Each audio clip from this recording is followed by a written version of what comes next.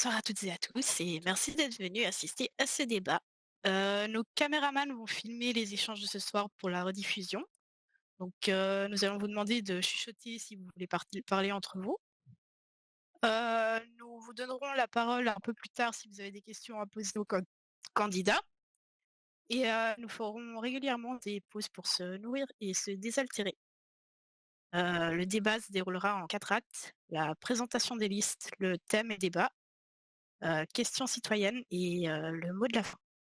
Merci d'avoir accepté de participer à ce débat dans le cadre de la campagne électorale.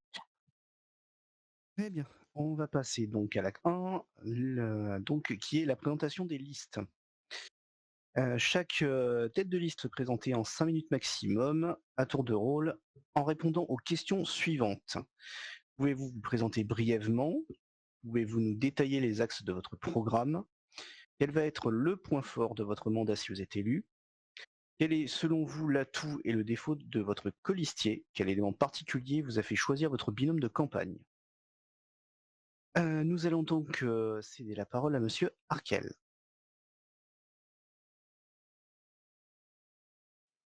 Merci. Est-ce qu'on m'entend bien? Bonsoir à tous. Merci d'être venus du coup pour ce débat. Je vais commencer par simplement vous présenter les excuses de mon colistier Catardo qui n'a pas pu venir. Malheureusement, il n'est pas très bien portant. Il se présente ses excuses. Donc du coup, je vais commencer par le présenter. Isaac, qui est quelqu'un que j'ai appris à rencontrer la première fois au LSPD, et puis après, il est parti au bureau du procureur. Il a fait de sa carrière un métier d'écoute, et c'est quelque chose qui m'a tout de suite plu chez lui. J'espère qu'il va nous revenir en forme les 2 prochains jours pour pouvoir finir de vous présenter et puis vous puissiez avoir l'occasion de le rencontrer. Mon côté, je m'appelle Rick Harkel, vous me connaissez en soi, j'ai été commissaire du SPD récemment. Avant, je fus aussi gouverneur au mois de mai, puis entre-temps patron de Rand Petroleum. Voilà, j'ai toujours essayé d'être au service de la ville d'une manière ou d'une autre, que ce soit en servant au LSAS ou à la diffusion du pétrole ou à l'écoute des citoyens. Ça me fait vraiment plaisir de me retrouver devant vous, en tout cas pour cette campagne. La décision de se présenter, c'est principalement le fait que nous décidions avec Catardo, qui a une expérience en tant que procureur récente, de remettre à plat la législation de notre État, et on en a fait le cœur de notre programme. On veut absolument travailler à ce que les lois soient cohérentes, qu'elles soient justes, et que même si nul n'est censé ignorer la loi, puisse au moins la comprendre et qu'elle puisse être appliquée correctement.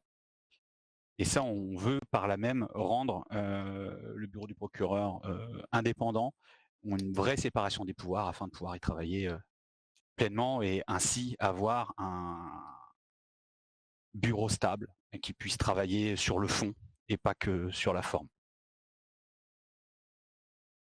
Ça passera par des réformes de textes de loi, ça passera par des concertations avec le public, mais aussi avec l'Assemblée, les chefs de service public, avec les citoyens, les patrons, les employés, puisque tous les codes sont concernés, entre autres.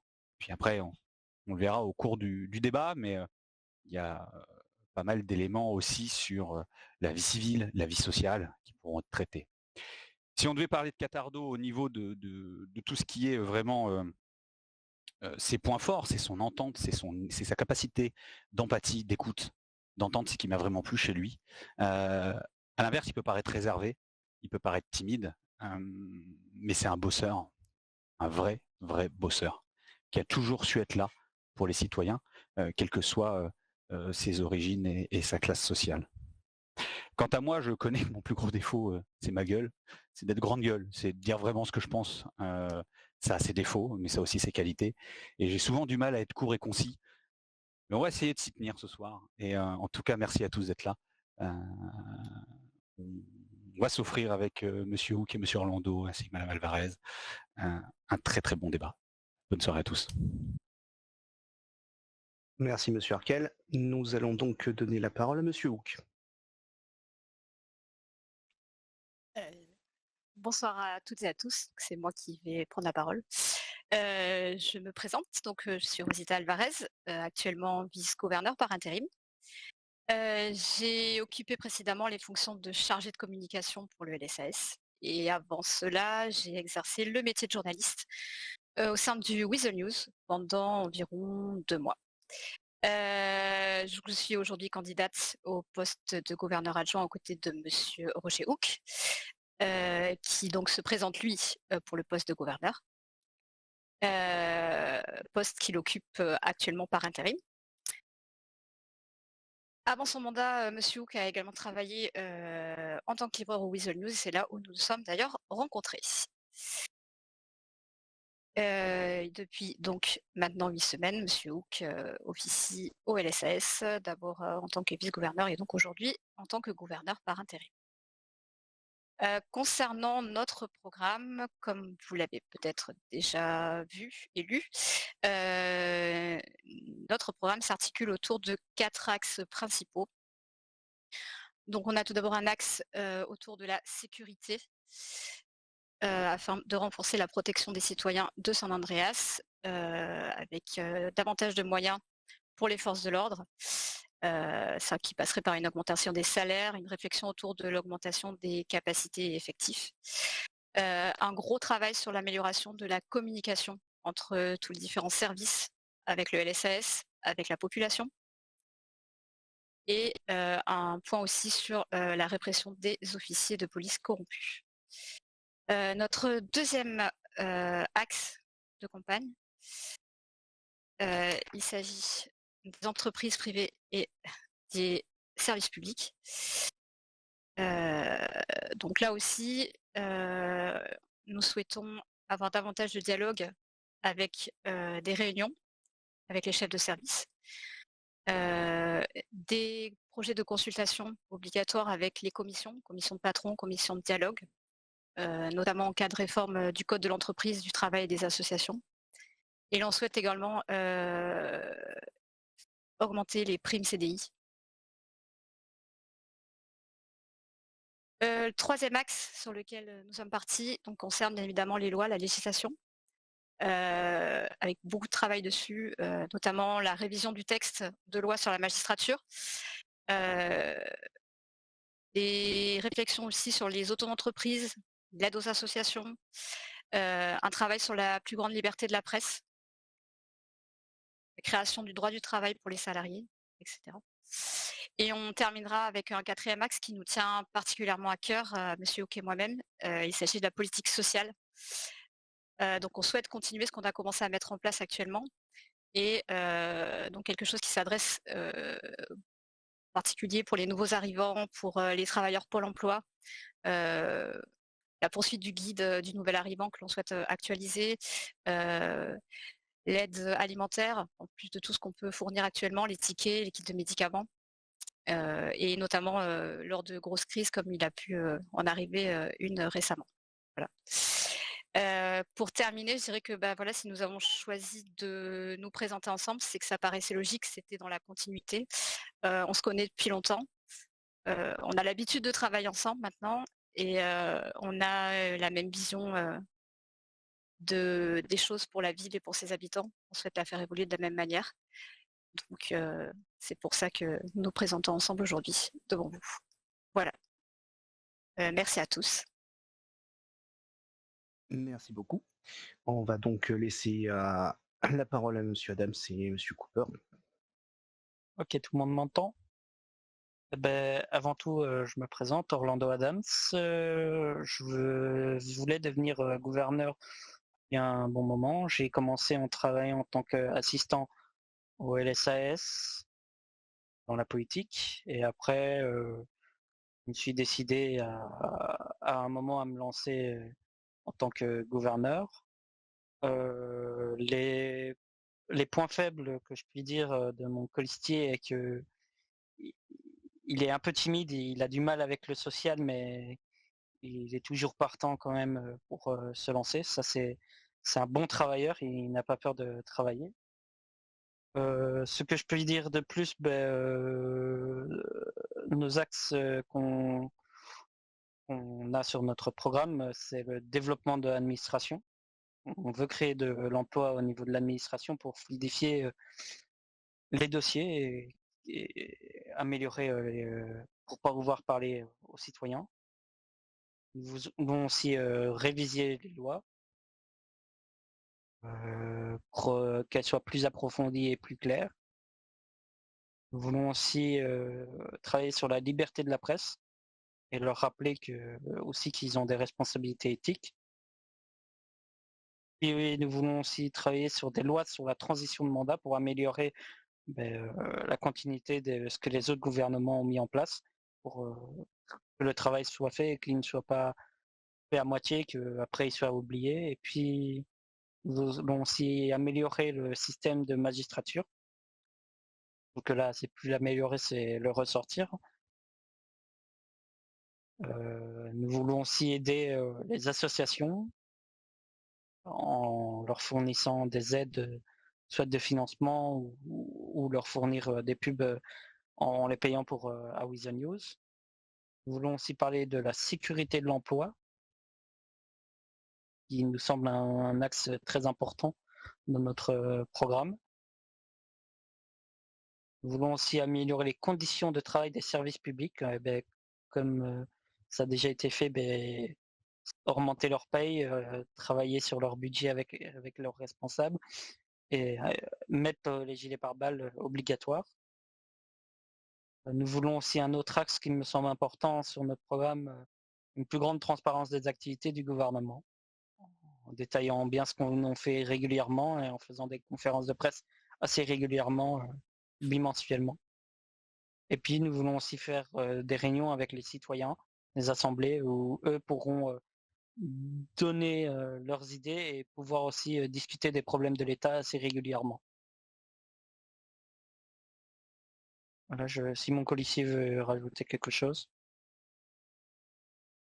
Tout le monde m'entend? Ok, bonjour, bonjour tout le monde déjà. Non, j'ai rien à rajouter. Moi, je vais me présenter brièvement, hein.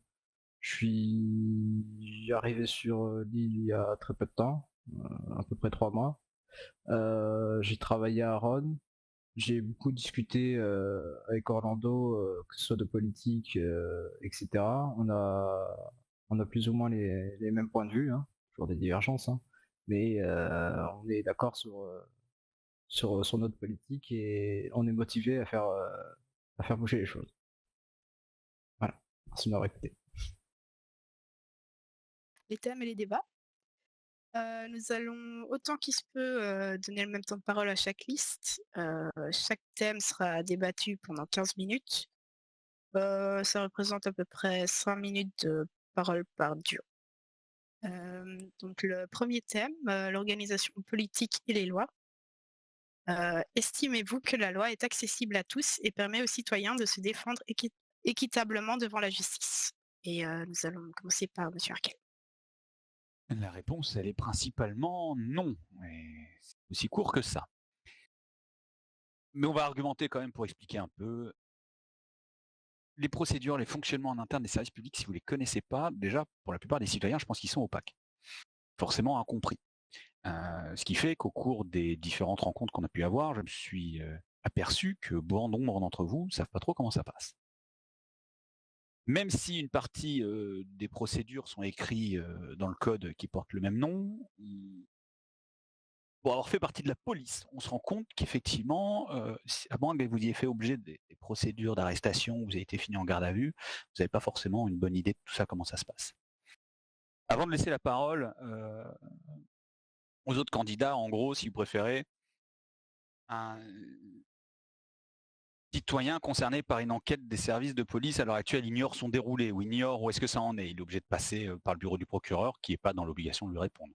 Vous ne savez pas quand est-ce qu'elle, vous savez même pas forcément si elle est saisie par la justice ou si elle est clôturée et s'il y a une justice qui a été rendue. Ce genre d'exemple, par exemple, qui fait qu'effectivement, nous ne sommes pas tous défendus de la même manière au sein de la citoyenneté. Je ne sais pas ce que vous en pensez, vous de votre côté, messieurs, mais voilà, c'est une piste de travail que je souhaitais améliorer de mon côté, c'est d'obliger le fait que vous ayez une réponse au minimum sur votre procédure en cours, que vous soyez simple témoin, que vous ayez fait une déposition ou autre au sein de la police. Si vous me permettez, bonsoir à tous, comme j'ai pas encore pris la parole, content de vous voir aussi nombreux.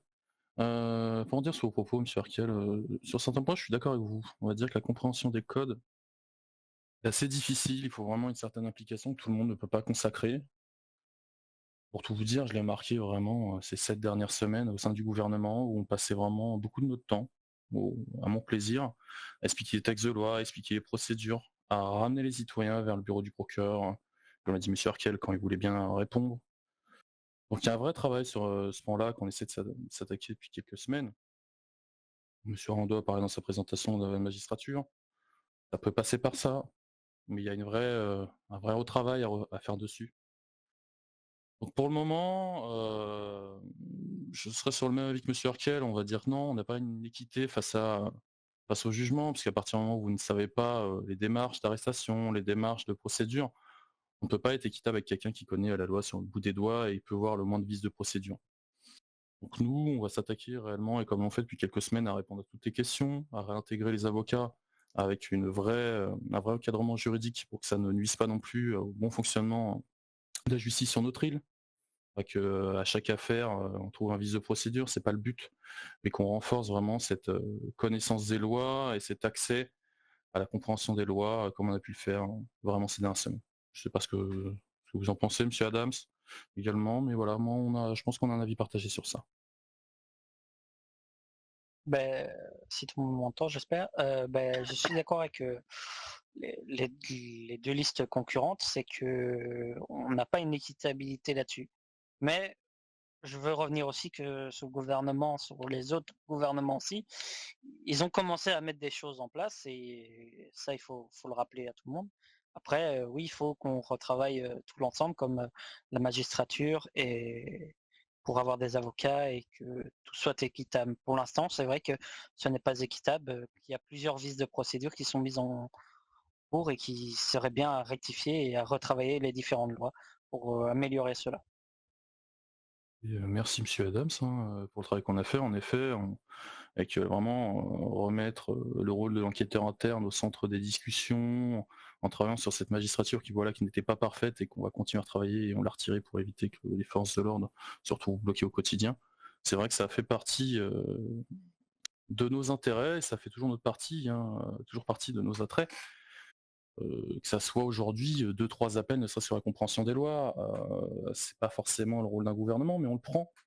On le prend parce que le bureau du procureur n'a pas forcément ce temps-là, et il nous paraît plus que sensé que chaque citoyen puisse se défendre de façon équitable, que d'autres. Voilà. Je vais finir rapido s'il nous reste du temps. Il faut aussi que la justice soit appliquée et la même pour tous, qu'on soit civil, force de l'ordre, service public, gouverneur ou procureur, que l'on soit criminel ou que l'on soit simple civil honnête, nous avons besoin d'avoir la même loi et on ne peut pas l'interpréter tous de différentes façons, sinon on se perd complètement dans un système judiciaire qui sera caduque très rapidement puisque nous en subirons automatiquement les effets immédiats. Voilà. Très bien, merci à vous. Nous allons passer au deuxième thème qui est la santé. Avec la question, la thématique de la santé n'a été abordée par aucun candidat. Qu'avez-vous à en dire? Quel est l'état du pôle santé à San Andreas aujourd'hui? Peut-être me permettre de commencer, vu que M. Arkel a pris la première discussion. On a encore quelques soucis au pôle santé. Beaucoup d'entre vous sont venus se plaindre du temps d'attente, de la fermeture des EMS, du manque de médecins. Moi, très franchement, je souhaite continuer dans les axes qu'on a fait ces dernières semaines avec la direction des EMS, leur laisser le temps de travailler sur les différents points qu'on a évoqués dès le début du mandat, qui était la réouverture le plus possible des EMS du Nord pour impacter notre population du Nord, que ce soit différentes entreprises, que ce soit nos agents du BSSO. Il faut leur laisser le temps, ils sont en train de faire des actions. On a eu beaucoup de plaintes au début qui étaient des plaintes d'anciens travailleurs EMS que je ne pouvais traiter parce qu'on n'avait pas de preuves, on n'a pas tout ça. Moi, je veux faire confiance et travailler sur des actes, et la direction des EMS fait le boulot, fait du mieux qu'ils peuvent. Donc vraiment, c'est quelque chose qu'on veut continuer à travailler.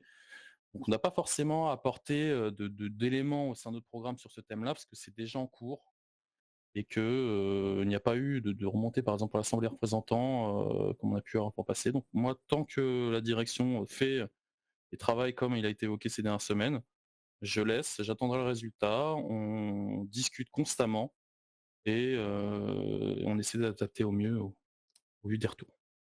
Nous, dans l'ensemble, on estime que oui, le système de santé fonctionne.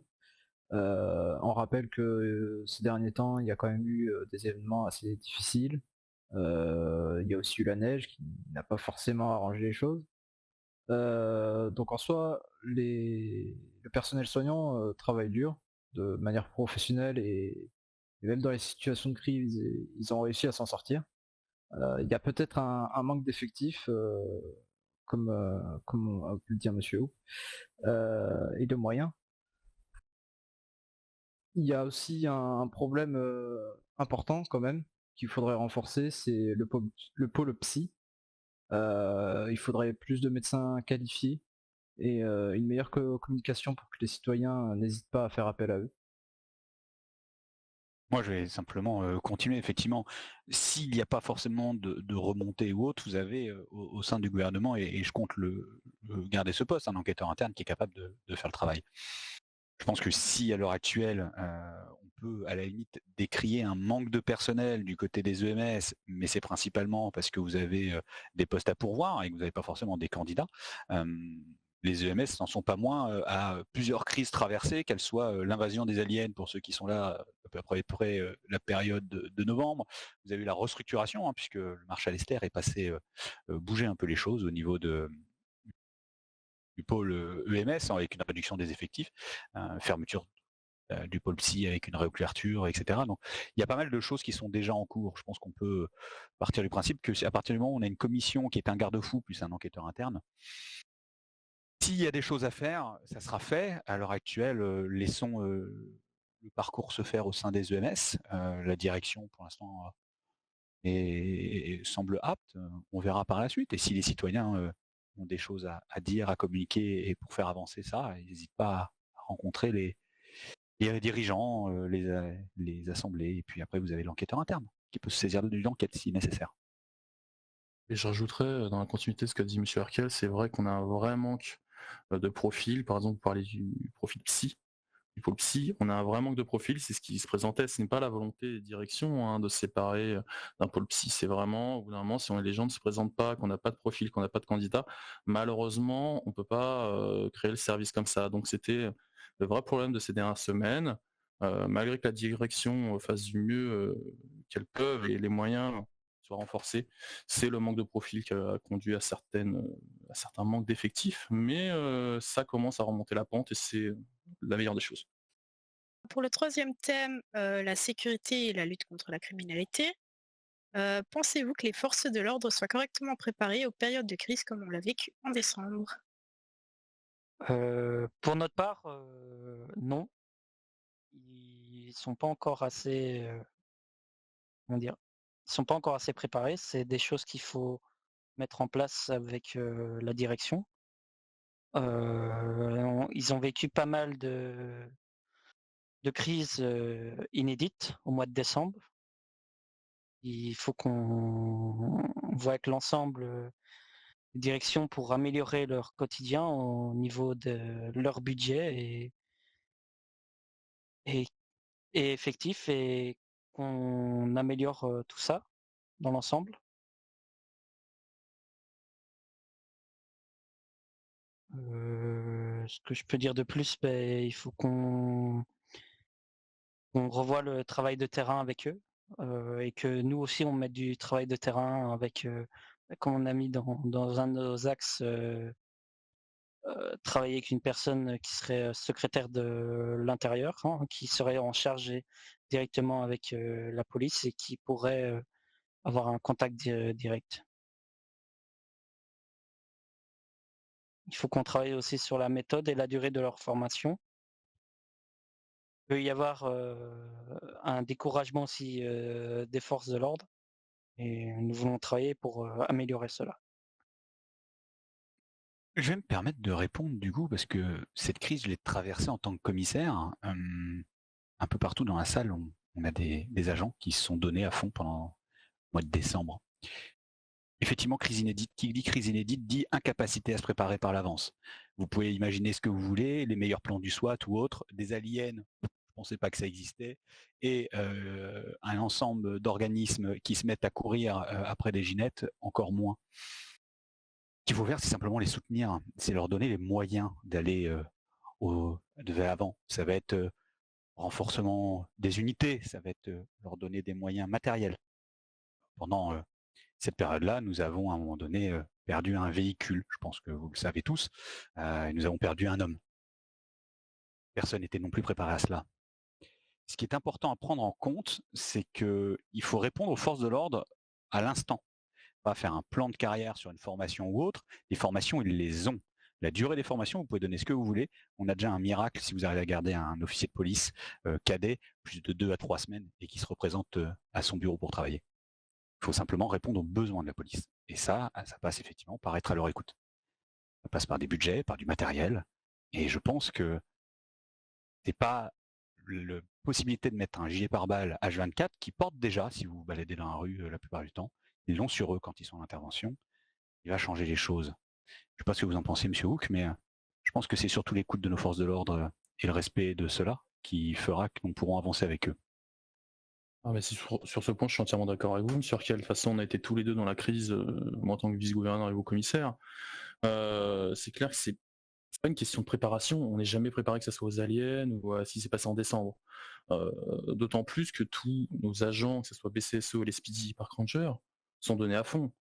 Au bout d'un moment, quand vous faites ça pendant je ne sais combien de jours de suite, c'est normal qu'il y ait une fatigue et qu'il y ait une baisse d'effectifs et baisse de régime. Le coup des gilets pare-balles, pour être très franc avec vous, M. Adams, c'est fait depuis la première ou deuxième semaine de votre mandat. On avait appris avec M. Micron à l'époque que les gilets n'étaient pas forcément mis pour des coûts budgétaires. Alors, personnellement, ça m'avait un peu choqué parce que je ne vois pas comment on peut quantifier budgétairement et financièrement la vie d'un homme, surtout un de nos agents de police. Donc ça avait été ordonné dès le début et après à la discrétion des chefs de service, où on doit procéder par des discussions, de la communication constante, c'est comme ça qu'on arrive à avancer avec les forces de l'ordre. Les dernières semaines, bon, vous n'êtes pas sans savoir qu'il y a eu des grèves, et c'est par cette discussion et par le renforcement des discussions qu'on est arrivé à la soulever. Bien sûr, il y a d'autres tracts qui vont arriver dans les semaines à venir, c'est normal parce que tout n'est pas possible en une journée, mais c'est vraiment pas une question de préparation. Nos agents sur le terrain sont préparés, ils ont les formations, ils continuent à s'entraîner. C'est pas ce qui manque comme demande d'entraînement et de mobilisation de lieu. C'est juste un appui des communications et de l'ajout budgétaire quand il a été demandé, et ça a été le cas pendant tout le long du mandat, on l'a fait. Mais on ne peut pas être préparé à des vagues comme il s'est passé en décembre, surtout quand on voit qu'on y laisse même la vie de certains de nos hommes. Je voulais rebondir sur ce que vous disiez. Je suis bien d'accord qu'il faut être à l'écoute. C'est l'un de nos points qui est mis qu'on communiquera assez souvent avec les services publics et avec les responsables des services publics et les responsables des différentes unités ou départements. Mais il y a eu aussi, durant ma campagne, pas mal de policiers qui m'ont dit qu'eux manquaient des entraînements et que c'est eux qui les demandaient aussi. C'est pour ça que nous, c'est un point qu'on voudrait mettre en axe. Après, si les responsables des services nous disent, ben, en fait, ils sont bien formés, c'est des incompétences autres au niveau budget ou au niveau matériel et tout ça, on a toujours été prêt à l'écoute et c'est ce qu'on veut, augmenter les budgets et revoir tout l'ensemble. Juste pour information, les budgets ont été augmentés cette semaine après discussion de tous les chefs de service, et il n'a jamais été remis en question une augmentation même spontanée quand il y avait un changement de véhicule ou autre. Alors, il y a eu un petit cas en décembre, mais là c'était pas de ma faute et M. Hercule pourra en parler si besoin. Mais à chaque fois quand ça a été demandé, moi j'ai fait la rallonge, et après je n'ai pas vocation, en tout cas quand j'étais élu, à être commissaire à la place du commissaire, shérif à la place du shérif. Donc à partir du moment où les chefs de service ne nous demandent pas, on ne peut pas prendre la décision à leur place. Ça me paraît normal qu'ils gèrent au sein même et eux-mêmes leurs hommes. Je suis un peu d'accord avec ça en fait. À un moment donné, il faut laisser les chefs de service faire. C'est pour ça qu'ils sont nommés et c'est pour ça d'ailleurs que l'Assemblée est là, c'est qu'elle permet de les nommer pour nous éviter de nous mêler trop de ces affaires. Après, effectivement, il faut répondre à leurs besoins, à leurs demandes. Et je confirme ce que vous disiez, les demandes de formation sont nombreuses et la plupart du temps ont été dans le bon sens. Donc, pas grand-chose à dire à ce sujet-là de plus. Laissons les forces de l'ordre faire leur travail et vous verrez qu'elles le feront merveilleusement bien à partir du moment où on regarde en profondeur tout ce qu'elles accomplissent. Si personne d'autre veut rajouter quelque chose, on va passer au 4e thème, le chômage et l'emploi, avec la question Le recrutement d'entreprise est difficile, les travailleurs pour l'emploi et les chômeurs ne cessent d'augmenter. Sous quel angle comptez-vous aborder le problème? Prendre la parole, hein, au vu de nos actions. Très franchement, nous, on veut continuer sur notre politique de mise en relation entre les forces vives, les entreprises qui veulent recruter ou nos services publics. Dans les semaines à venir, si on est réélu, nous, on voudra travailler au renforcement et à l'attrait que peuvent fournir les services publics. On a parlé précédemment qu'on a du mal à recruter aux EMS, on a nos 2 pôles de police qui est BCSO et l'SPD qui recrutent actuellement. Donc c'est aussi une partie où là, il faut rendre plus attrayant nos postes de la fonction publique pour que les nouveaux arrivants ou les travailleurs pour l'emploi les rejoignent. Dans le même axe, on a des entreprises qui recrutent, mais qui ne communiquent pas forcément tout le temps. Vous avez sans doute vu cette semaine la publication de notre guide nouvel arrivant, avec cette notification à la 4e page des entreprises qui recrutent. Nous, on voudrait continuer à mettre ça à jour hebdomadairement, et ça faisait partie de nos promesses de campagne lors de ce mandat, pour travailler dessus.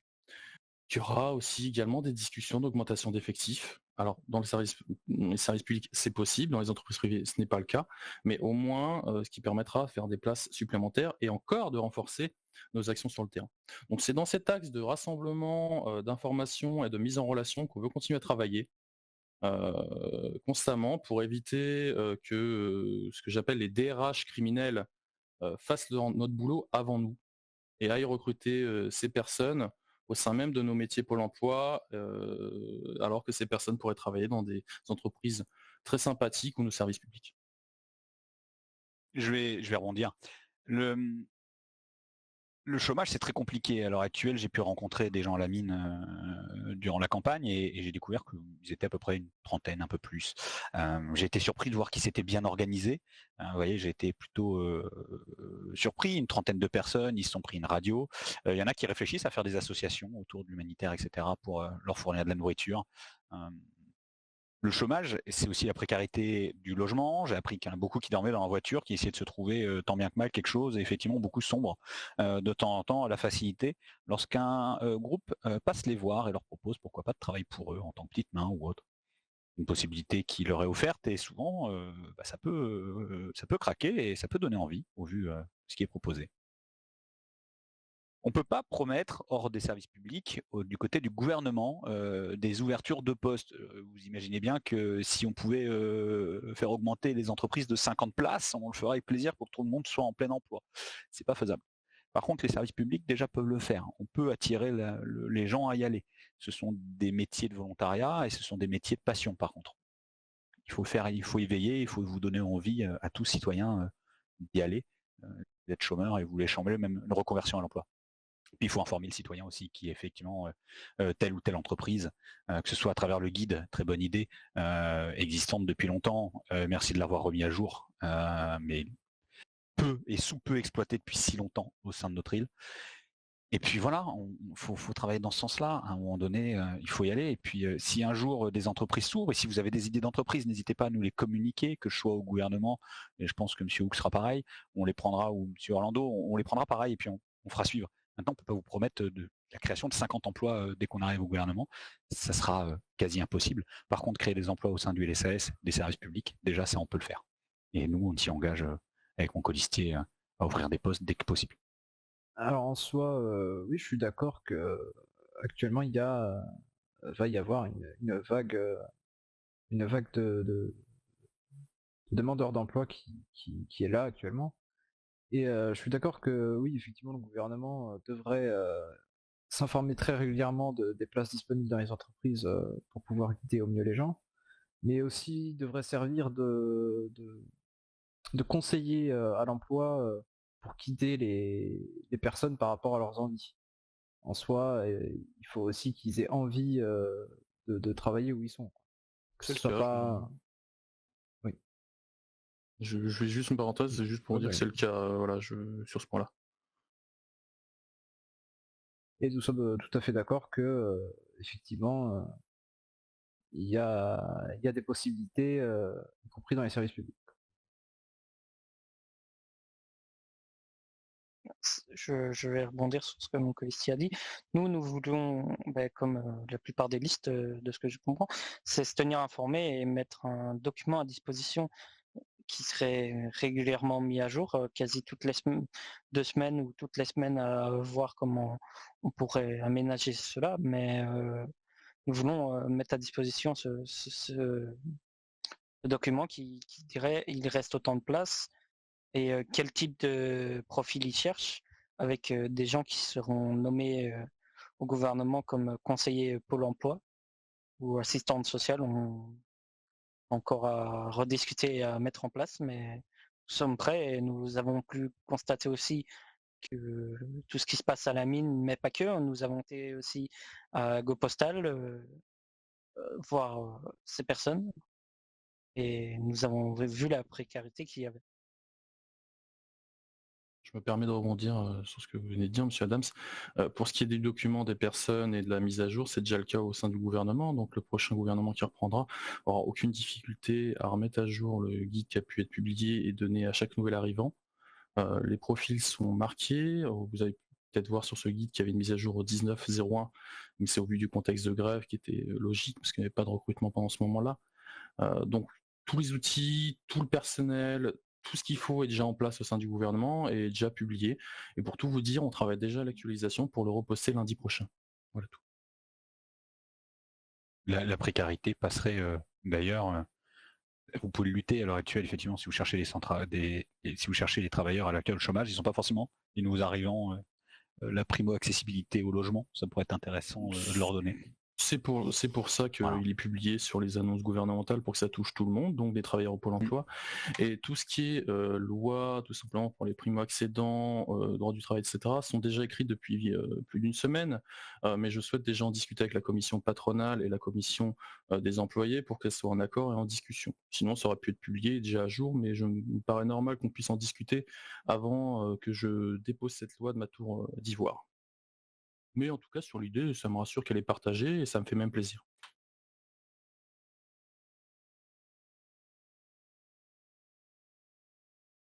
Du coup, nous allons passer au 3e acte de ce débat avec les questions citoyennes. Nous invitons les personnes voulant prendre la parole à lever les mains et à se diriger vers notre collègue du Weasel News sur votre droite, normalement.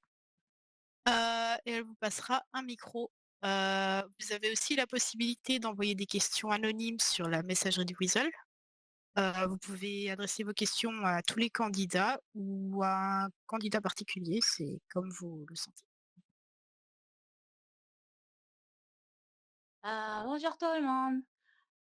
Ma question, elle concerne Monsieur Harkel. Monsieur Harkel, vous avez déjà été gouverneur. Moi, j'étais pas là du temps où vous étiez gouverneur. Mais du coup, quand vous vous représentez, je m'étais intéressée. Toutes les personnes à qui j'ai jamais parlé, qui vous ont connu comme gouverneur, m'ont dit que c'était une catastrophe, que vous étiez pas à l'écoute et que vous rejetiez tout le temps la faute sur votre colistier. Moi, j'ai envie de poser la question, qu'est-ce qui a changé et qu'est-ce qui ferait que maintenant, vous n'allez pas recommencer comme ce que ça a été avant? Merci. Merci pour la question, Mme Ashwing. Toujours plaisant, ça. Alors déjà, je ne sais pas avec qui vous avez parlé forcément, mais en tout cas, Revan Bain, mon colistier, j'ai jamais eu de problème avec lui. On se partageait moitié du temps la présence, entre autres. Après, il a pris certaines décisions qui ne sont pas forcément les miennes. Contexte un peu particulier du précédent mandat. Typiquement, à un moment donné, à l'heure actuelle, si le gouverneur peut publier une loi, il peut le faire. Même si elle est mal écrite, même si elle est ce que vous voulez. À l'heure actuelle, quand j'étais au poste de gouverneur, vous deviez passer par un conseil fédéral qui vous disait si oui ou non votre loi était tangible, publiable, etc. Beaucoup de choses n'ont pas pu être faites, entre autres à cause de ça, mais c'est pas grave, j'assume. J'assume que je n'ai pas assez assisté ou assez couru après. Et c'est justement pour ça que je souhaite me représenter aussi, peut-être, c'est de prouver que c'est pas parce que à un moment donné on s'est loupé que on ne peut pas faire mieux et améliorer la situation. Moi, je serais ravi de le prouver aux citoyens, en tout cas, mais rassurez-vous, en tout cas, ça peut pas être, en tout cas pire. Si vous pensez que ça a été la pire chose qui a été faite, ça le sera pas. Du coup, à nouveau, rassurez-vous. Du coup, on a une question pour Monsieur Adams. Comment compte-t-il faire concrètement pour régler les problèmes de formation en discutant avec les responsables ou agir de lui-même? C'est surtout discuter avec les chefs de service, quel matériel il leur faut à leur disposition pour pouvoir mieux former leurs équipes. C'est surtout ça. Après, nous ne voulons pas diriger ce que eux doivent faire. Ça, c'est pas notre job. On doit les aider et les accompagner, mais nous ne voulons pas imposer les choses aux chefs de service. C'est surtout revoir leur budget, revoir leur matériel et voir ce que eux veulent pour améliorer leur quotidien en tant que policier au niveau des formations. Du coup, nous avions une question de Monsieur Desmond. Est-ce que toutes les listes sont en accord avec les réponses aux revendications de la grève? Et est-ce que chacun peut s'exprimer sur le sujet s'il prévoit d'autres choses ou une façon différente de le faire? Ben, je vais répondre que oui. J'ai été dans les gens qui... J'ai été représentant syndical, j'ai représenté les employés de Ron Petroleum. Je suis d'accord. Et ce qu'on veut faire, c'est comme il est mis, améliorer le quotidien de nos polices, le quotidien de nos OMS, en fournissant un meilleur budget, en fournissant du meilleur matériel et une meilleure communication avec eux. Nous nous hésiterons pas. Après, c'est un travail qui va prendre du temps. On ne peut pas améliorer tout en une seule fois. Et Monsieur Hook a déjà commencé un beau travail et je veux le féliciter pour cela. Et voilà. Tout mouvement social est intéressant à prendre. Je pense qu'à un moment donné, les choses doivent être dites par les citoyens. J'aurais très bien placé pour le dire, puisque pour faire référence à Madame Ashwing, deuxième jour de première gouvernance, mouvement de grève des services des forces de l'ordre, parce qu'un procureur faisait peut-être un peu trop de zèle. Du coup, à un moment donné, oui, il faut dire les choses. Et après, ce qui a été revendiqué est plutôt assez intéressant, et je pense que si le mouvement de grève est arrêté, c'est que plus ou moins vous avez une réponse qui est intéressante. Le but de n'importe quelle liste qui gagnera sera de continuer, de poursuivre pour répondre à vos attentes. Là-dessus, moi, je me fais aucun souci. En tout cas, je suis en accord avec ce qui a été répondu. Et je pense qu'on pourra même pousser un peu plus. Mais avant tout, il était temps d'arrêter une grève afin de pouvoir reprendre une activité normale aussi et de pouvoir tous vivre un peu normalement, je pense. Je vous laisse la parole, Monsieur Hook. Je pense que vous allez défendre un peu votre point de vue là-dessus. Ah, écoutez, moi, mon avis dessus, il va être assez tranché. Je fais partie de la négociation en elle-même, vu que c'est moi qui ai géré les discussions entre les représentants des services de police ou employés. Alors, bien sûr qu'on aurait pu faire meilleure chose, mais je vais me tenir à la parole qu'on a donnée aux différentes commissions. Les choses sont en train d'être faites. Il y a des actions qui ont été faites côté force de police, qu'elles soient sur les joies de la magistrature ou les augmentations. Et ce n'est pas la dernière augmentation. Si moi je repasse, clairement il y en aura une seconde, mais je veux laisser le choix également aux autres candidats. Voilà pourquoi elle n'a pas été faite directement. Sur la augmentation des effectifs, il y a une discussion à avoir avec les chefs d'état-major, le bureau du PROC et le gouvernement tripartite. Mais voilà, moi à part vous dire que je vais tenir ma parole, qu'on est en train de travailler dessus, et c'est les discussions qu'on a eues début de semaine entre les représentants employés ou services de police, je ne vais pas apporter grand-chose. Ça voudra dire que je n'ai pas tout dit devant ces commissions ou que je change ma parole, et ce n'est pas le cas. Donc moi, j'en suis très heureux que pour le moment, la confiance est là, qu'on a repris le travail, les actes sont attendus et ils arriveront. Voilà, clairement, on est en train de travailler dessus. Chaque jour, je discute avec mon bureau du procureur sur ces différentes lois. J'appelle constamment mes chefs d'état-major quand j'ai des questionnements, et une réunion sera prévue assez rapidement suite à la nomination du shérif pour qu'on se voie tous ensemble entre le gouvernement, le procureur général, le shérif, le commissaire et le chief des parcs rangers, afin de travailler tous main dans la main, notamment sur les lois du code pénal.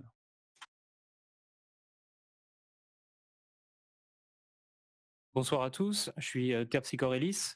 Je voulais poser une première question à tous les candidats sur les institutions et plus précisément sur les institutions judiciaires.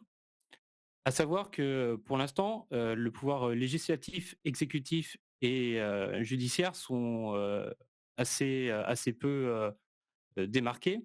À savoir que le pouvoir exécutif a aussi le pouvoir législatif. Le gouverneur peut écrire les lois, en abroger, il peut tout changer. On le voit là depuis une semaine, les lois changent tous les 2 jours, voire toutes les 2 heures.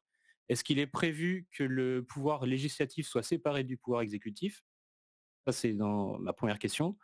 Dans un deuxième temps, je voudrais savoir ce qu'il est prévu vraiment spécifiquement pour le pouvoir judiciaire, à savoir qu'actuellement, le procureur général, c'est lui qui incrimine, c'est lui qui poursuit, c'est lui qui instruit à charge et à décharge. Il est aussi censé défendre la personne qui l'incrimine, puis la juger. Ça n'a absolument aucun sens. Personne n'est défendu. Le procureur décide depuis l'arrestation d'une personne jusqu'à son jugement de toute la procédure. Qu'est-ce qui est prévu pour changer, pour que les victimes soient défendues, que les mises en cause soient aussi défendues parce qu'ils ont autant le droit que les autres à être représentés, soit par un avocat, soit par autre chose, mais qu'enfin ils puissent se défendre, au moins d'une façon légale. Et enfin, ma dernière question, toujours sur l'aspect législatif, qu'est-ce qui va se passer avec les avocats qui avaient prêté serment? Est-ce qu'on aura le retour de la Cour de justice et sous quelle forme? Et je pense que ce sera suffisant. Je vous remercie. Ben, Monsieur Ellis, comme on avait déjà pu communiquer avec cela, je suis tout à fait d'accord avec vous qu'il faut revoir au niveau de la justice, qu'il faut remettre une magistrature. Pour moi, il faut que ça soit équitable au niveau de la justice, parce que actuellement, comme vous avez soulevé, la magistrature n'est pas équitable. La personne qui est normalement attaque doit aussi défendre et tout l'ensemble. Voilà. Après, il y a eu tellement de questions que je m'embourbe un peu au niveau de vos questions. Si vous en avez une, répétez-la, n'hésitez pas parce que je pense que j'ai pas répondu à tout. Bon, moi, je veux bien. Allez-y. Allez-y, Et monsieur si Ellis. vous voulez, je peux reformuler. Est-ce que le pouvoir exécutif va lâcher le pouvoir législatif? Parce qu'actuellement, le gouverneur décide les lois, les abroge, etc. Le pouvoir judiciaire, est-ce qu'il ne va plus être concentré entre les seules mains du procureur de la République qui décide de tout, fait tout, sans absolument aucune concertation ni défense? Procureur général, pardon. Et je pense que c'était le plus important de mes questions. Moi, je vais être très franc, moi, il n'est pas question que le gouvernement ne puisse plus écrire et défaire les lois. Il y a un principe que celui qui fait peut défaire. Donc c'est normal qu'on puisse enlever des lois ou remettre. Les différents choix qui ont été faits ces derniers temps, même s'ils vous paraissent faits dans un laps de temps assez court, ils sont motivés par des demandes, par des trous juridiques énormes qui allaient nous casser tous nos systèmes judiciaires. Donc je préfère prendre des décisions assez rapides pour que nos forces de l'ordre puissent travailler, que me retrouver avec quelque chose qui n'est pas fini, qui nécessite du travail, qui n'est pas à jeter, clairement, mais qui n'est pas fonctionnel à l'instant T. Donc moi, non, personnellement, je suis pas pour le fait que le gouvernement lâche le pouvoir législatif. Néanmoins, je suis pour une plus forte discussion entre le bureau du procureur et les différents acteurs de terrain, que ce soit commission des patrons, commission de dialogue quand on parle du code de l'entreprise, du travail des associations, du code pénal ou des procédures pénales, ou encore l'annexe des infractions de peine. Et là, il faut qu'on discute avec les chefs d'état-major et même nos agents de terrain. Je suis juste pour le renforcement de la discussion et que des lois ne paraissent pas tant que nos agents qui sont sur le terrain, qui ont l'expérience, ne donnent pas leur avis. Parce qu'il est clair que en étant simple gouverneur ou gouverneur adjoint, on ne peut pas tout savoir, il n'y a rien de parfait. Alors simplement sur la Cour de justice, moi mon point de vue est d'abord qu'il faudra travailler sur la réintégration des avocats, parce que c'est une bonne idée, clairement, qui manque de ficelage autour. Donc nous on est en train de travailler avec le bureau du procureur, c'est ce qui est étudié, pour voir une réintégration, pour voir un cadre pour qu'il y ait plus d'opportunités de défense de la part des accusés, mais sans pour autant se retrouver avec des vices de procédure toutes les 2 minutes, alors qu'on est pris sur flagrant délit. Ce qui est un ce que la loi provoquait un peu jusque-là. Pour ce qui est des avocats, je suis au courant qu'il y en a certains qui ont été inscrits au barreau, qui ont fait des financements. Pour le moment, dans un statu quo, ça entraînera soit un remboursement directement de ses avocats. Si la demande est faite, là, à santé, on peut le faire dès maintenant. Ou autre chose. Donc c'est en réflexion, c'est en discussion. Dans tous les cas, les 3 personnes inscrites au barreau seront contactées. Il y aura une discussion avec eux, mais après les discussions entre le gouvernement et le bureau du procureur, quand tout sera cadré. Bon, je vous laisse peut-être répondre, monsieur Arkel, ce coup-ci. Merci. Le projet de magistrature est pas mauvais en soi, il faut le revoir, il faut effectivement le retravailler avec l'ensemble des acteurs du terrain, qu'ils soient avocats, procureurs, chefs de service et civils aussi, assemblées, représentant tous ceux qui peuvent en avoir besoin. Maintenant, le bureau du gouverneur. Alors, le gouverneur, à l'heure actuelle, écrit, rédige les lois, a une idée de loi, il le met sur la table, la publie. Il n'en est même pas obligé de consulter le bureau du procureur pour en connaître la faisabilité ou sa capacité à s'inscrire dans le code. Ça, c'est quelque chose que je veux particulièrement changer de mon côté. C'est-à-dire que, comme je l'ai précisé dans les refontes, la scission entre le procureur et le gouverneur doit être faite. C'est-à-dire qu'à partir du moment où le gouverneur a une idée d'émission de loi, il doit pouvoir le soumettre au procureur, le procureur le met à l'écrit, et ensuite il passe et il est publié s'il y a un accord qui est trouvé. Si ça concerne des services en particulier, que ce soit par exemple pour le pénal, donc avocat, magistrature, procureur, etc., il faut qu'il y ait une entente et une concertation ensemble, et pas sortir des lois pour sortir des lois. C'est pas parce que le gouverneur les crée et les fait et les défait qu'il ne faut pas autant faire la sourde oreille. Les avocats, c'est une bonne idée. Je vais vraiment rentrer dans le vif du sujet. Je suis désolé pour ceux qui sont passionnés de ça, mais les avocats, les juges, par contre, c'est une super mauvaise idée à l'heure actuelle. On n'est pas en capacité, dans notre bel état, de pouvoir à la fois, et je vous le dis en tant qu'ancien commissaire, gérer des prévenus, prévoir que dans 7-10 jours, le temps qu'il y ait une enquête qui soit faite, ils soient dans la capacité d'être rappelés, que les gens se présentent. Enfin, tout ça, c'est un beau pataquès qu'il faut remettre en place. Les avocats, c'est une bonne chose. Et effectivement, le procureur qui est à la fois à la charge et à la décharge, avec la présence d'avocats, devra plus être à la charge, l'avocat à la décharge. Et puis, ça sera aussi à travailler aux côtés du civil, parce que souvent, on parle des avocats pour le pénal, mais il y a la partie civile où l'avocat peut être intéressant. Voilà, ça sera une piste de réflexion à faire avec tous les acteurs du milieu. Avocats des gens en lice, puisque visiblement, vous en avez 3 à l'heure actuelle inscrits au barreau. Et puis, assemblée et les services concernés. Voilà. En espérant avoir répondu à votre question, monsieur Lys. J'avais pu discuter avec vous sur l'ensemble de créer des lois et que ça soit vu par un genre de Sénat. Je suis pour, mais cela va être un long travail à mettre en place et qui, pour moi, ne sortira pas sous mon mandat. Si je suis élu, ça prendra énormément de temps et je pense que ça prendra même plusieurs procureurs, gouverneurs pour que ce travail puisse sortir. Du coup, Benoît Goulet, j'avais une question concernant l'ensemble des candidats également. Est-ce que je peux constater que certains d'entre vous ont certaines connivences dans leurs idées? Et je voulais savoir si, par exemple, Monsieur Houck est réélu ou si Monsieur Arkel est élu. Je suis désolé, j'ai oublié votre nom vraiment Orlando vrai, mais Adams. Monsieur Adams est réélu et élu, pardon. Si vous seriez prêt à accueillir au sein de votre équipe dans le gouvernement vos 2 opposants d'aujourd'hui, afin de pouvoir les concerter efficacement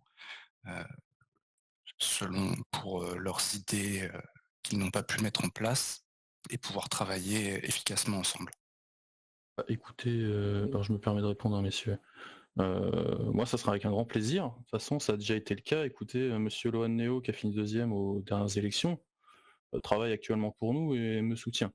Donc moi, c'est toujours avec un énorme plaisir que je travaillerai dans le futur, si je suis élu, avec monsieur Arkel et monsieur Adams, et s'ils sont élus, de faire la meilleure des transitions et de travailler avec eux. Je pense qu'on est tous là pour servir la ville.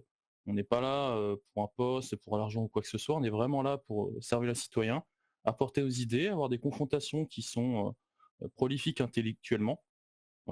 Moi, ça serait vraiment sans aucun souci que je travaillerais qui voudrait, que ce soit même des civils, il n'y a pas forcément besoin des anciens candidats, mais quelqu'un qui veut m'apporter un texte de loi, et ça a été le cas, par exemple, j'ai eu un représentant qui m'a apporté des brouillons de textes de loi sur les auto-entreprises. Moi, j'en suis très heureux.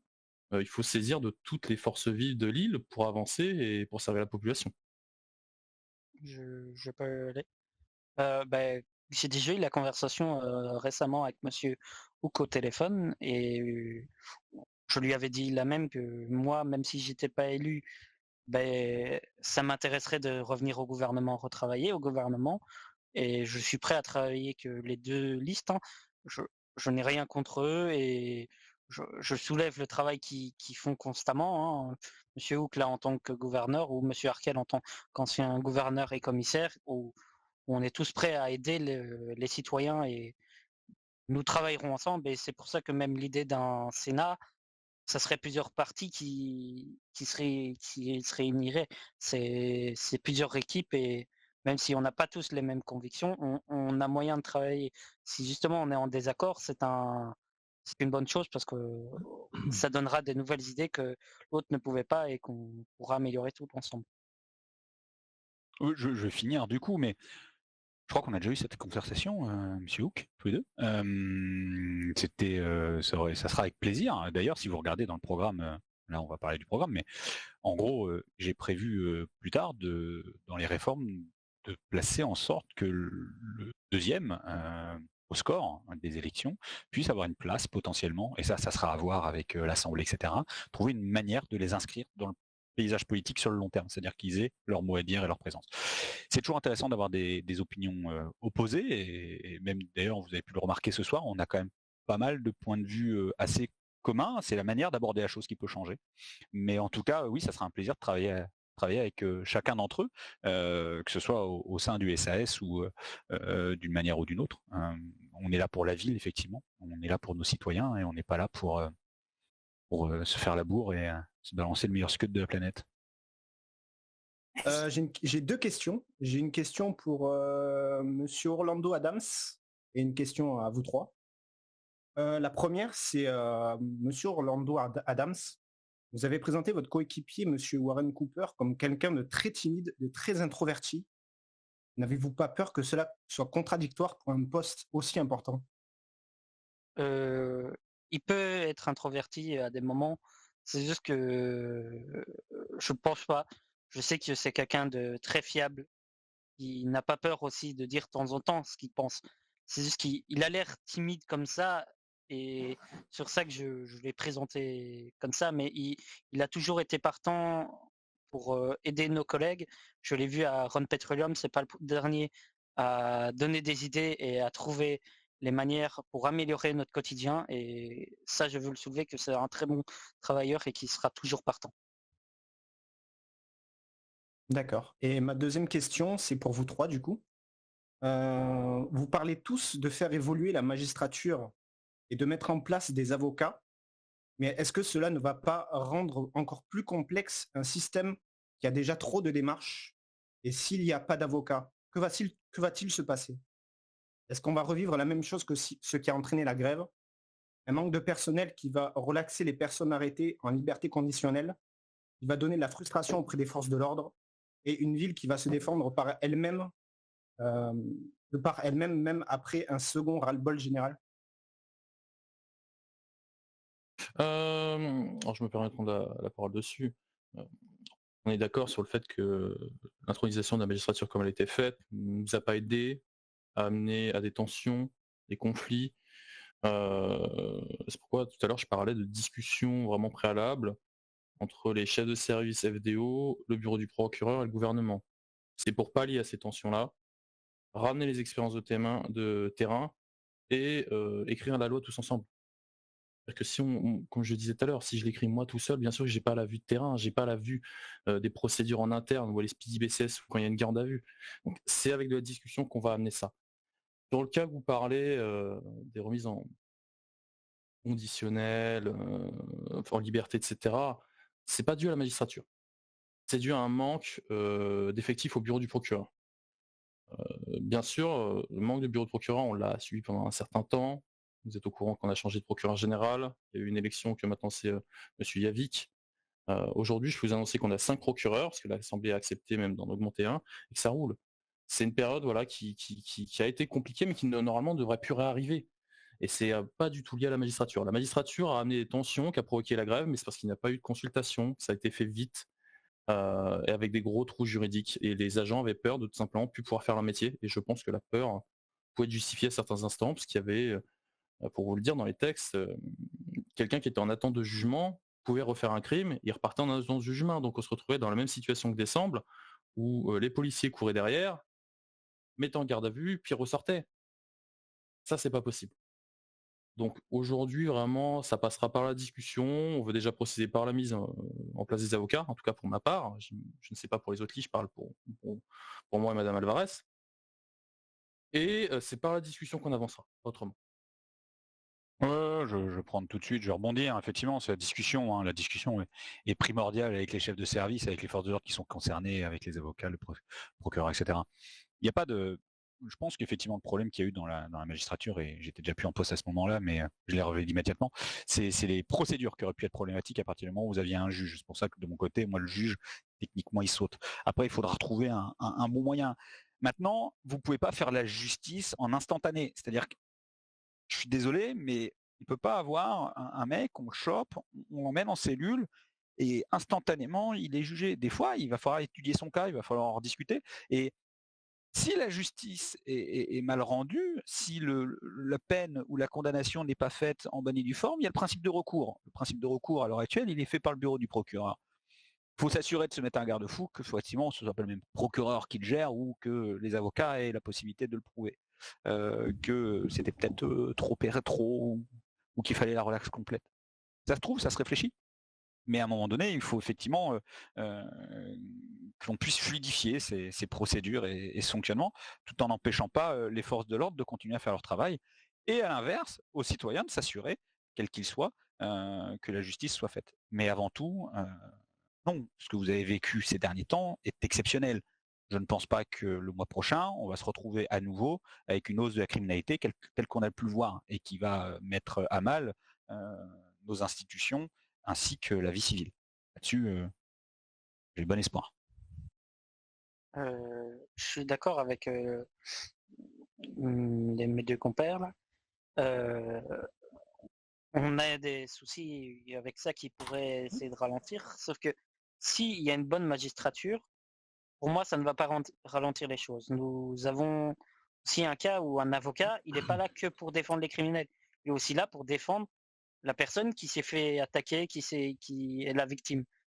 C'est des bonnes choses qui sont là en place.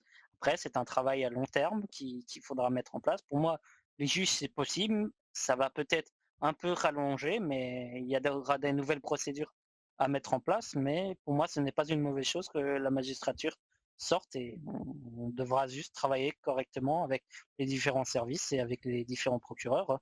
Quand j'étais assistant, je l'ai bien vu que il y avait un souci, et je rebondis sur ce que M. Hawk disait, c'est vrai, il y avait un souci avec les procureurs, il y en avait surtout un qui travaillait, je veux le relever, M. Catardo était souvent là, et c'était l'un où je trouvais le plus qu'il travaillait. Après, il y a eu Mme Beskin. Ok, on va juste faire deux questions qui nous ont été envoyées par mail. La première va être... alors, je lis. Ma question principale est pourquoi depuis quelque temps les EMS font le travail d'accueil du LSAS qui est souvent fermé, notamment le matin, et comment se fait-il que les procureurs présents et en place depuis plusieurs jours soient incapables de fournir les tickets aux nouveaux arrivants car, je cite, « Je suis là depuis 3 jours, on ne m'a pas montré où étaient les tickets ni comment faire. » J'y vais. Ça, c'est directement pour nous, Oui. monsieur Adams, excusez-moi. Très franchement, je suis humain, j'ai besoin de dormir, je ne peux pas garder le SS ouvert H24. Vous êtes au courant de ce qui s'est passé lundi, vous êtes au courant des annonces qui sont faites actuellement, vous êtes au courant qu'il y a eu 2 grèves au sein de la ville, qu'on a dû passer énormément de temps pour essayer de calmer les choses, de discuter, d'apporter des solutions et qu'on travaille également. Il est vrai que là actuellement le SAS est fermé assez souvent, mais parce qu'on travaille, parce qu'on a des événements qui ne sont pas forcément faciles. Il y a certains nouveaux qui arrivent directement au SAS, qui arrivent directement aux EMS avant de venir au SAS. Vous pouvez voir en plus, et vous savez, le SAS est le seul organisme de service privé ou de service public, qui a toujours son icône sur le GPS activé. Donc même quand c'est fermé, on répond, on donne les tickets, clairement. Même si on est en réunion ou autre. C'est dans ce sens-là. Alors oui, on a un peu de mal, parce qu'on a eu des départs entre-temps, on a eu des licenciements. Moi, je vous cache pas qu'avant de former mes procureurs de tickets, je préfère qu'ils travaillent avec le bureau du procureur pour écrire les lois. C'est leur rôle. Là, ces derniers temps, on a embauché. C'est pas malheureusement, c'est pas forcément totalement notre faute si on est fermé à certains instants. On a également besoin de dormir. Ça peut être compréhensible. Il suffit juste de venir au LSAS quand c'est fermé ou même ouvert. On rappelle quand on n'est pas là, on indique tout simplement quand on peut passer. Ça a été le cas hier soir. On est même venu jusqu'à la Syrie pour faciliter le don des tickets et du kit médicamenteux au nouvel arrivant. Voilà, ça peut arriver qu'on soit fermé, qu'il n'y a personne, on a besoin de dormir, je vous le cache pas. Et je pense que ce sera le cas pour tout le monde, hein. Couvrir une plage horaire à 24 heures sur 24, c'est plus que difficile. Là, actuellement, le SAS, vous y passez 13 heures, jusqu'à peut-être 2 heures ou 3 heures du matin, il y a du monde, il y a une réponse. Alors bien sûr, à certains instants, il n'y aura peut-être pas personne à 2h50, mais on essaie de couvrir la plus large des tranches horaires. On laisse fermer parce que des fois, on est en réunion et on ne peut pas forcément se déplacer H24 pour des demandes qui sont extérieures, par exemple le dépôt de dossiers d'auto-entreprise qui peuvent attendre. Donc voilà, mais même quand on est fermé, les nouveaux arrivants peuvent venir et reprendre leur ticket. Il n'y a jamais eu de refus. Et même on fait des fois des demi-tours alors qu'on part vers chez nous pour les nouveaux arrivants parce qu'il nous paraît normal de les aider. Je rajoute juste que systématiquement, on rappelle, et quand on a un message entreprise, et on demande à la personne ce qu'elle souhaite. Et voilà, on réagit tout de suite. On n'est pas toujours présent, certes, effectivement, c'est compliqué de couvrir toutes les plages horaires, mais on essaie vraiment de faire au mieux. Je vais rebondir sur ce que Monsieur Hook disait. Non, c'est pas une solution. Je vais rendre, comme vous avez dit tout à l'heure à César, ce qu'à César. Le gouvernement est souvent actif, surtout ces derniers jours, suite à de nouvelles réformes, on va dire entre guillemets.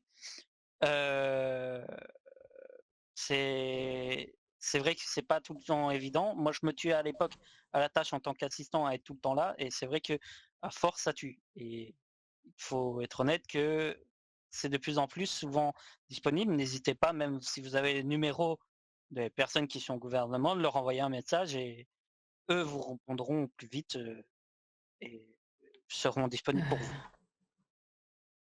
Ouais, je vais répondre rapidos, hein, c'est très simple. Effectivement, on peut, à un moment donné, on mange, on prend une douche, on dort de temps en temps. Il n'y a pas de réelle solution sur le temps de présence au SAS, à part une augmentation des effectifs, mais on ne va pas créer des postes pour créer des postes. C'est simplement qu'il faut aussi que le civil puisse avoir ses réponses. On fait demi-tour. Quand j'étais au gouvernement, effectivement, il a été plusieurs fois le cas de faire demi-tour, d'interrompre nos activités pour aller répondre aux nouveaux arrivants, aux demandes au SAS. Ça passe par une équipe, ça passe par le bureau du procureur, effectivement, là-dessus, qui peut techniquement donner les tickets, hein, il n'est pas interdit de le faire. Après, effectivement, c'est une question d'y répondre. Après, c'est pas sa mission principale, hein, il peut être en cellule, donc il faut être un peu patient. Et puis les instances du SAS travaillent de temps en temps, il me semble. Voilà. J'aurais fait un petit trait d'humour en disant que de mon côté, je peux avoir trop de problèmes, j'ai un catardo avec moi, mais voilà, c'est en soi. En soi, voilà, je pense que non, il faut un peu aussi partir du principe que on a tous une vie et qu'on peut pas être à 100%. On essaye d'être déjà à 100% là, à 200% c'est compliqué. Donc du coup, ça passera par une équipe complète et qui soit formée à faire ce genre de choses, effectivement, ou qui puisse vous répondre à un minima ou vous rediriger vers la personne qui puisse vous répondre. On a une question dans le public apparemment.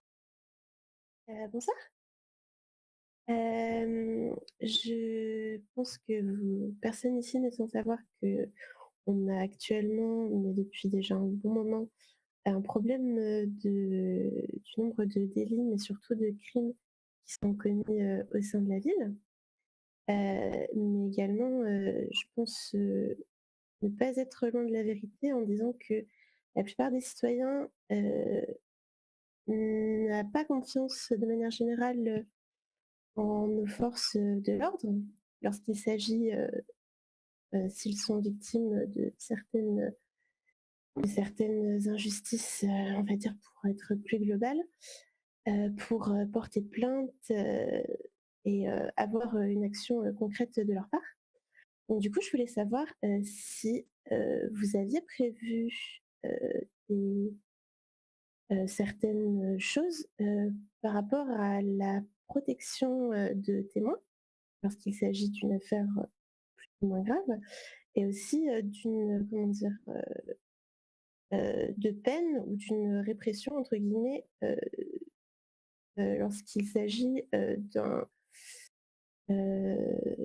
de divulgation de secrets professionnels, que ce soit de la part des forces de l'ordre ou autres services publics, mais également de la part de civils qui vont, pour dire vulgairement, balancer que les victimes ont parlé.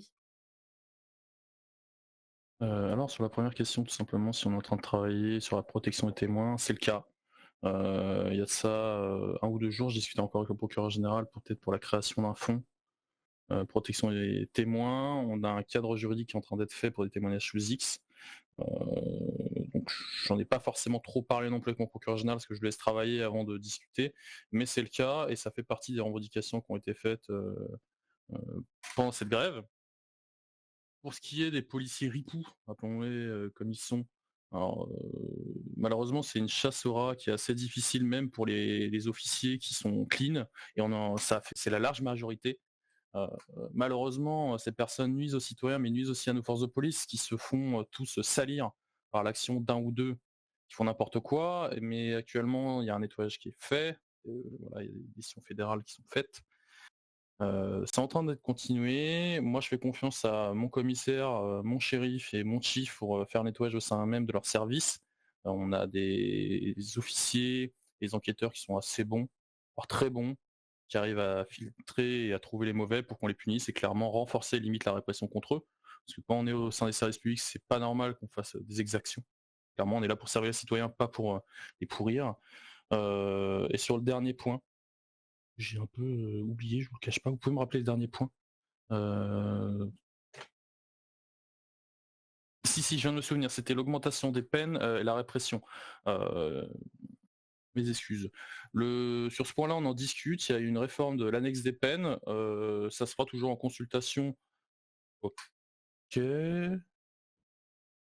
Ça va?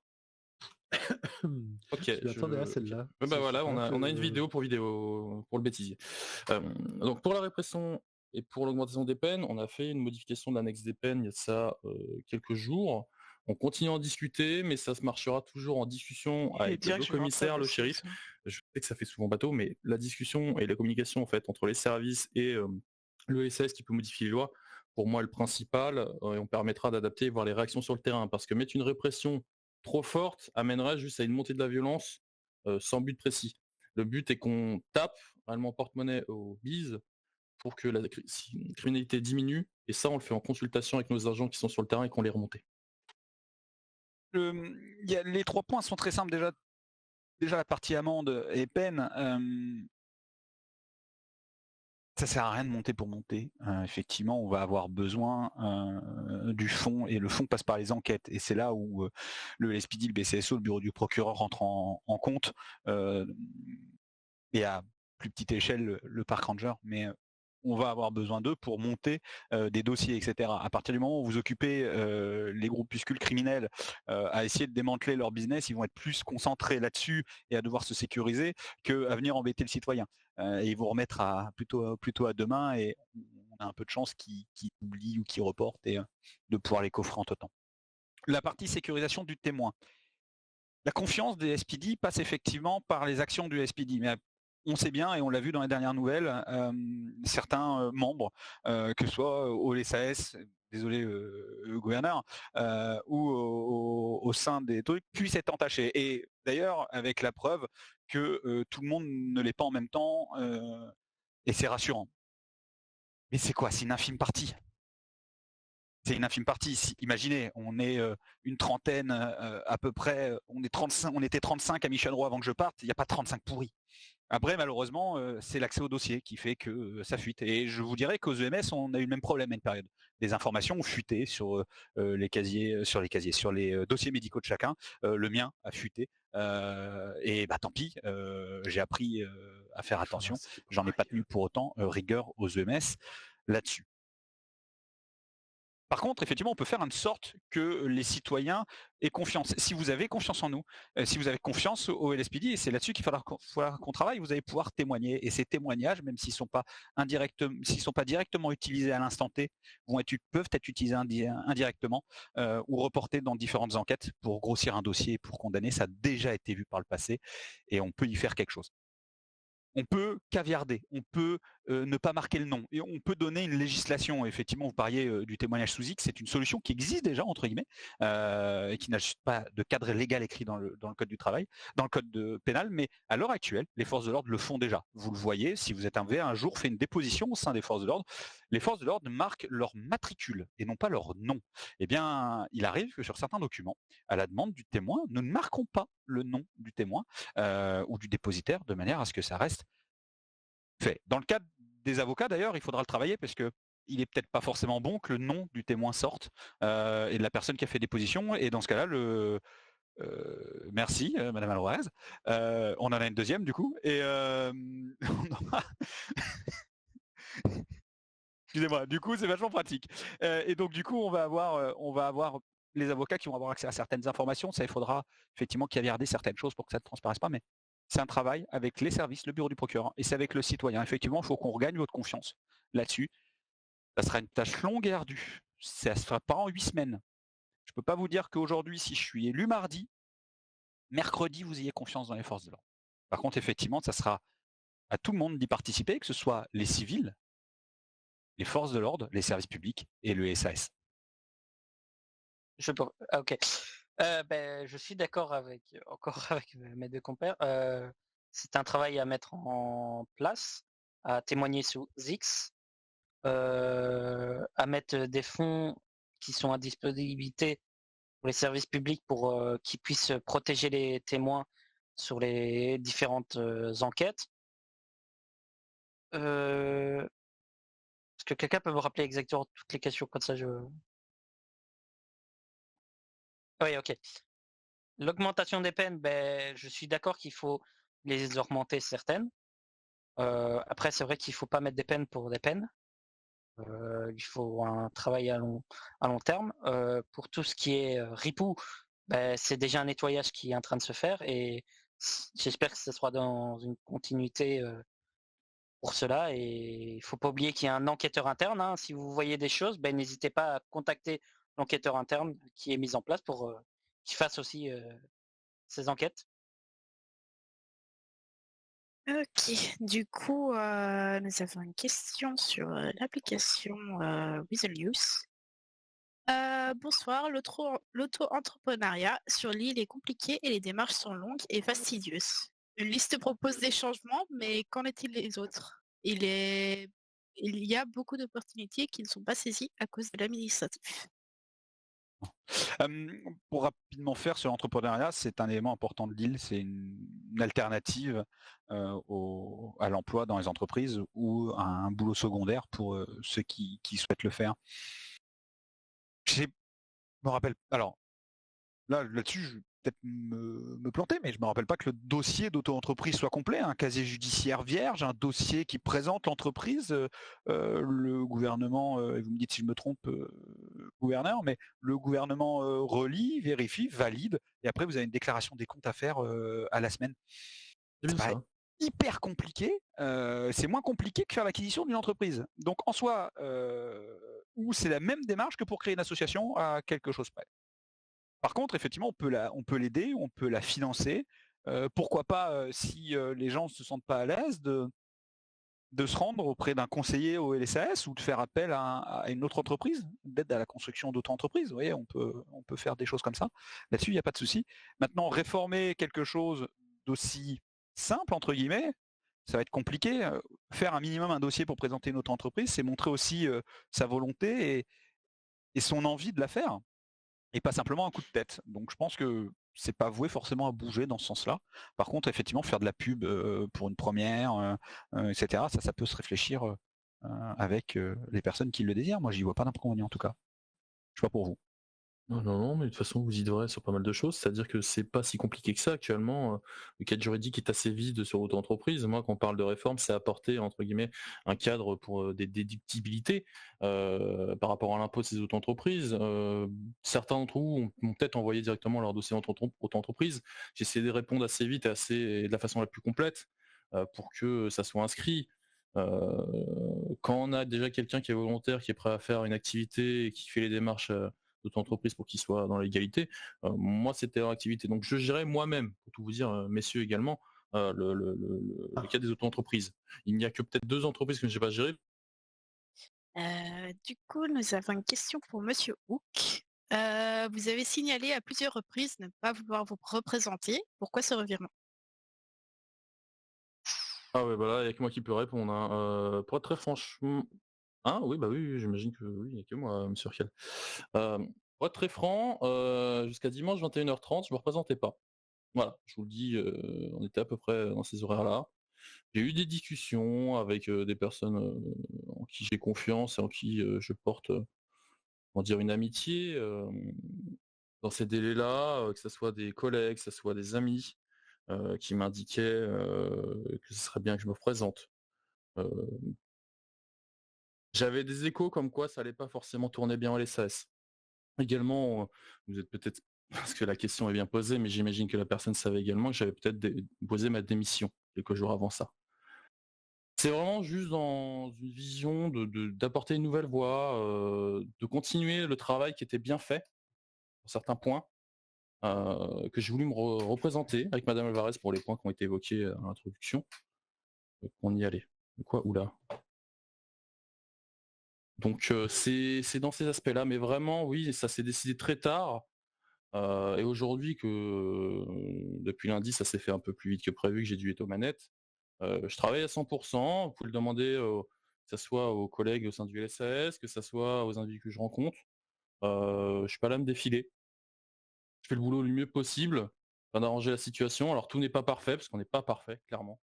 Mais voilà, c'est dans les derniers instants qu'on s'est décidé à y aller. Et c'est après des discussions, après quelques appels et qu'on me poussait à candidater, qu'on y allait.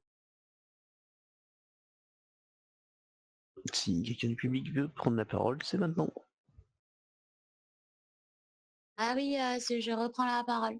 La question elle est pour Monsieur Adams. Sur votre programme, il y a pas grand-chose qui est dit au sujet de la sécurité et que c'est quelque chose qui a beaucoup été reproché au gouverneur Micron, que ça a pas mal foutu la merde. Du coup, la question, est-ce que vous vous sentez capable de d'épauler toute cette charge de sécurité, de prendre des décisions strictes et fortes et aussi notamment, ce qu'on sait tous, ce qu'on se doute toutes, de subir des coups de pression, des menaces de mort toutes les 4 heures par tous les gangs de la ville, ou est-ce que ça pourrait potentiellement partir en burn-out au bout de 2 jours? Voilà ma question, merci. Pour répondre, oui, je me sens capable. Après, je ne serai pas seul, il faut spécifier qu'on est 2, mais pas que. Il y aura toute une équipe derrière. Après, en tant qu'assistant, j'ai déjà eu des coups de pression de membres de gang, des coups de feu sur ma personne ou sur mes proches. Voilà, il faut durcir les lois, il faut retravailler tout l'ensemble, mais je me sens capable et je pense vraiment que même mon policier sera capable et nous ferons notre possible pour que tout soit mis correctement en place. Juste à rajouter une chose, c'est que c'est quelque chose qui prendra du temps dans tous les cas. D'accord. Ben, écoutez, si personne d'autre veut continuer sur cette question-là, on va continuer avec une autre question qui nous a été envoyée sur la messagerie, qui est donc une question pour tous les candidats. On parlait de la corruption des FDO tout à l'heure, mais comment comptez-vous agir sur la corruption criminelle des autres services comme les EMS et autres entités? Comme on a dit, c'est un travail de terrain. Il y a un inspecteur interne qui est là pour ça. Ça va prendre du temps, mais au fur et à mesure, il y aura des choses qui se mettront en place. Et il y a aussi une direction qui est là pour ça. Hein. C'est à elle aussi de faire un nettoyage dans ses équipes quand ils voient que les personnes sont pas compétentes ou pas capables de garder ce qu'ils ont. Voilà.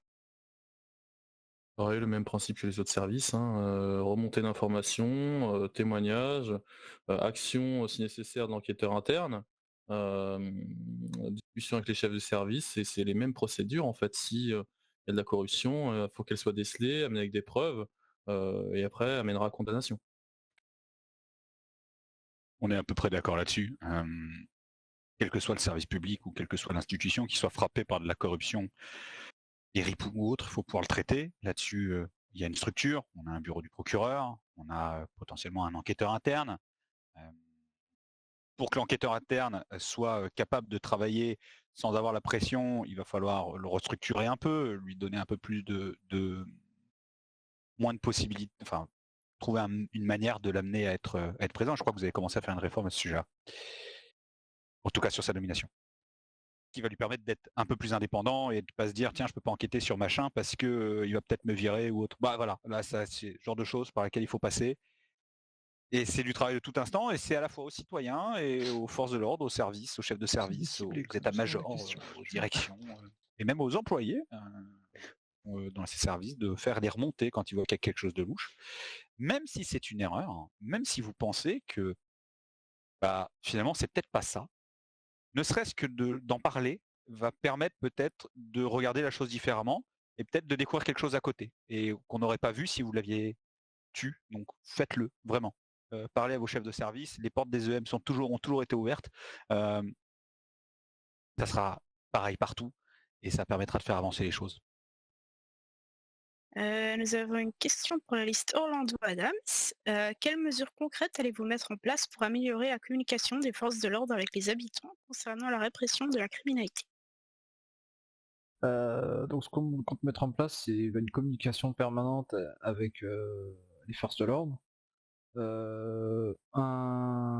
des communiqués sur des enquêtes qui sont terminées ou leur réussite, car actuellement il n'y en a pas assez, et plus de communication avec les civils sur ce sujet-là.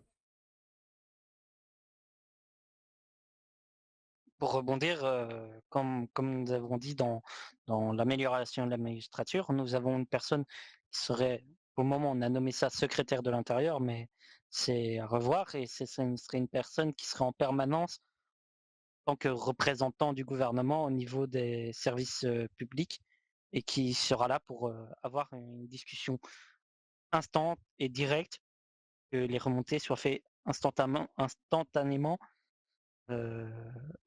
envers le gouvernement. Et ben du coup, nous allons arriver à la conclusion de ce débat. Merci aux candidats d'avoir accepté de participer à ce débat dans le cadre des campagnes électorales. Merci également aux membres des forces de l'ordre qui sont rendus disponibles pour sécuriser les lieux. Merci aux médecins présents d'avoir supervisé l'événement afin d'éviter tout accident bête. Nous tenons également à remercier le public pour sa participation et sa contribution pour l'animation du débat. Vous pouvez retrouver la retransmission en intégralité de cette soirée sur le site internet du Wizim News avant l'ouverture des bureaux de vote. Et bonne soirée à toutes et à tous. Merci beaucoup à tous et venus aux forces de l'ordre également. Là, je ne parle pas au nom du débattant, mais au nom des 3 candidats et pour le gouvernement. Pas forcément facile ces derniers temps, donc merci beaucoup. Au moins, ça fait plaisir de voir qu'il y a des gens qui s'intéressent à la vie politique de la ville, et c'est rassurant même pour les prochaines élections. Donc bonne soirée et merci à vous. Merci à vous, merci. À très bientôt. bientôt. Bien sûr. Et bien sûr, merci aux Weasel, force de l'ordre.